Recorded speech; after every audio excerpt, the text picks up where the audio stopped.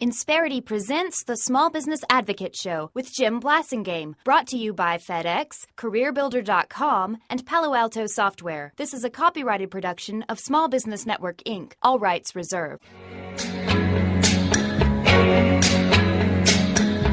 say the neon lights are bright on Broadway. On Broadway. We're back. It's 7 till. I'm Jim Blasingame. Thank you for hanging out with me.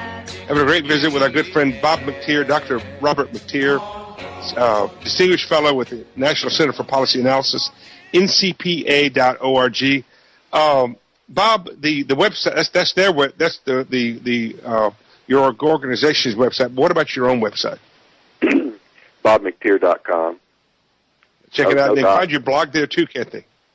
Yeah, from that homepage you can click on my blog, and all my blogs go up on the Forbes blog too. They've given me my own page. Right, exactly. So it's BobMcTeer.com and ncpa.org, and you can also find Bob on Forbes. Bob, talk to us about the economy. What do you see out there right now? Well, it's weak, but just a few months ago we were worried about a double-dip recession, and I think that has dissipated. The third quarter GDP number officially was up 2.5%, but inventory shrank a little bit, and without that it would have been over 3%. And so I think we've dodged a bullet on slipping back into recession. So it's a very sluggish, weak economy, but it is growing. And I think isn't it interesting though, Bob, that we're sort of, we have a tendency to whine about the economy, but that's only based on growth. We still got, when it's flat, it's still a $15 trillion economy. That's a lot of buying and selling, Bob. Oh yeah. It's if you've got a job, it's a pretty healthy economy. Right. Unless you're. But you know, part of the employment situation.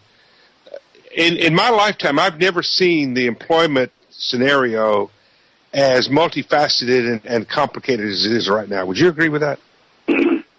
Yeah, the other day somebody showed me a picture of the unemployment rate by education level, and I was kind of surprised that it's still true that if you're a college graduate, the unemployment rate is very low, and it gets higher. So the reason that surprises me is we think of the weak economy as being the cause of it, but it's certainly impacting people differently depending on their skills and education background. Right. Well, when I think about though, when I say multifaceted, and I'm talking about the system, the structural and the cyclical. You know, we got some people that are out of work because their industry is off, like housing. And we got some people who are out of work because the economy, the marketplace, is looking for a different kind of worker than they're qualified to do. What do you think? Well, that's increasingly been true, and it's a serious problem. You know, when I came along, I thought that everybody knew you should stay in school and you should get an education, and I'm amazed that people don't seem to realize that. The dropout rates are so high. America, there's a second measure of unemployment that counts discouraged workers and people that are working part-time that'd rather be working full-time and so forth, and that measure is about 16% rather than 9.1. Right. I guess what I'm thinking, Bob, as I look across the landscape of all this, and I take into consideration the cyclical and the structural, you know, we could have 6-7% unemployment as far as the eye can see. And another thing, Bob, when I talk to small business owners, the most recent survey that I did of small business owners face to face, me speaking to them, and I asked them what is the number one problem they had. They didn't say healthcare, they didn't say sales, they didn't say taxes. They said finding qualified people. Yeah. And the longer people remain unemployed, the less qualified they become. That's right. So isn't that something that the candidates for president ought to be talking about? Well, I guess so. but they're probably afraid that they'll be blaming the unemployed for their unemployment, and that's probably not good politics. But they ought to be talking about what they're going to, what. This is something that the government can do to help. This is an area that the government can do to help, and that's help do some things to get people retrained and get them redeployed. But look how long it took to pass 3 trade bills that had already been negotiated. Oh yeah, that's politics. That's politics.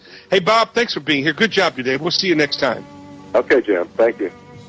Bob McTeer, ladies and gentlemen. He'll be back. He's a great American. We don't want to do without him. I got to go for this hour. I'm Jim Blasingame, the Small Business Advocate, reminding you that when opportunity knocks, it doesn't know you've had a bad day. Greet it with a smile.